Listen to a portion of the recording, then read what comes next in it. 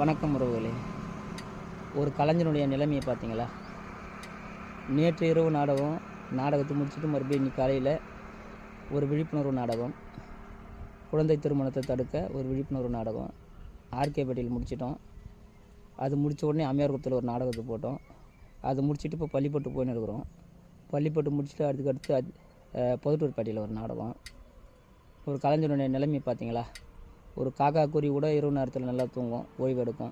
ஆனால் இந்த கலைஞன் ஓய்வுன்றது மிக ஒரு அரிதான ஒரு விஷயம். எங்களுக்கு ஓய்வே இல்லை பாருங்கள். நினச்ச நேரத்தில் தூங்குறது, நினச்ச நேரத்தில் சாப்பிட்றது, இப்படி தான் போயிருக்கு. அது இல்லாமல் இன்றைக்கி இரவும் நாங்கள் கண் விழித்து நாடகம் ஆடினோம். காஞ்சிபுரம் பக்கத்தில் தென்னம்பாக்கம் அந்த ஊரில் நாடகம். இன்றைக்கும் நாங்கள் நைட்டு கண் விழிக்கணும். மறுபடியும் காலையிலேயே ஒரு விழிப்புணர்வு நாடகம் திருவிழங்காட்டில். இதுதான் இன்றைய கலைஞனுடைய நிலைமை. எங்களை போன்ற கலைஞருக்கு எங்களுடைய வலி வேதனை எல்லாமே தெரியும். நன்றி.